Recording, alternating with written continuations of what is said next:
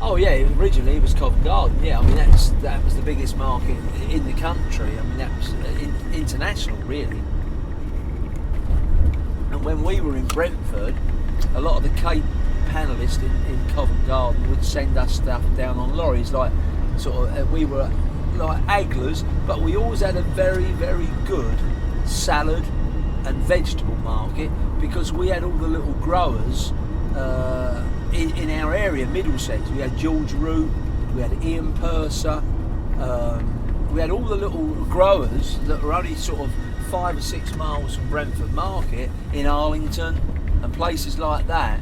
And of course we used to source all our vegetables, fresh leeks, cabbage, primo cabbage, hispy, roundlet. I mean they'd have 2 cuts.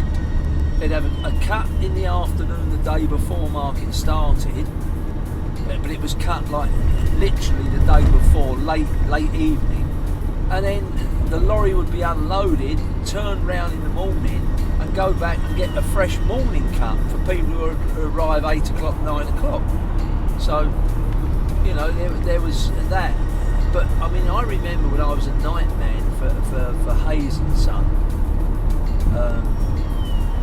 we in 1 week as a day we used to have a lot of stuff up from the Land Settlement Association, which was down in Sidlesham, Sussex, and they were called LSA, Land Settlement Association, where people would live on the land, get a minimum wage, but obviously had a house from the Land Settlement Association, and part of their job would be to grow the lettuce and the tomatoes and live in, if you like.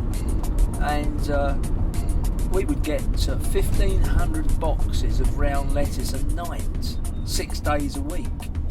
1,500 boxes of round lettuce. Now, in the market, you wouldn't sell 1,500 boxes of round lettuce in a week if it was distributed between all the firms, because people don't eat round lettuce. It used to be the old prawn cocktail lettuce. You know, when people made prawn cocktails, you know, in those days, as a starter, prawn cocktail was, well, the starter. Whereas now, every restaurant you go in, it's a choice of 7 or 8 starters. Yeah. You know. But do you think, okay, in the 70s, prawn cocktail, classic 70s dish, and it was presented in a certain way. Does the market and the vegetable trade drive the appetites, or is it they respond to the appetites? Well, it's I suppose, look, for a start there was less choice in what you could have, and then in those days, like avocados were like, if you like, a sort of almost like a little luxury starter. There wasn't so many avocados around. Now avocados are 2 a penny.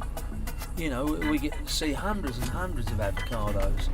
Whereas like in the 70s, you know, avocados were quite expensive and they were of a minority. I mean, only certain people worked them.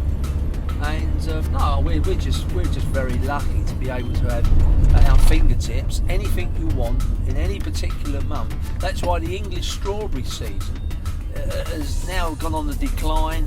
Not so many people grow them because people have strawberries every day, every week, and every month. Whereas it used to be a two-month cycle each year of Kentish Garden strawberries, Cambridge favourites, and our strawberries are still the best in the world. We've got the best climate for growing strawberries, and they give out the most taste. But because people can have them every day and every week, you know, our season has just become just another fixture for having them when you like. Whereas you'd only have them for 2 months of the year, and then you'd move on to the plum season. You know.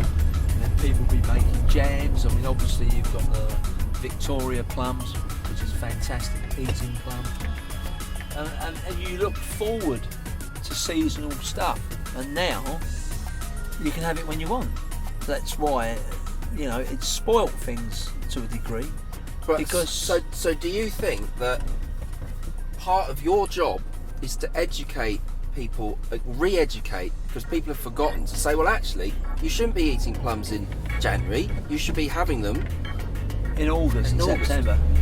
Yeah, but if people want plums, then you know. Well, yeah, okay. There's it's a balance, a fine Yeah. balance. I mean, there's South African plums are very good. So you've got Spanish Santa Rosa, and you've got Letitia, Cape plums.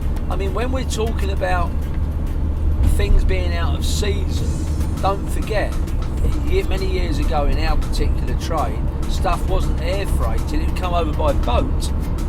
And let's say they were bringing stuff from New Zealand or Australia or South Africa, might take 5-6 weeks to get here. And that was the difference. And then that's when you see it, you think, God, plums this time of year. But you know, now obviously with you know, aircrafts and the shipping industry with much more, you know, quicker boats, stuff can be here within 2 weeks, a week, you know, and so everything's really at hand much quicker.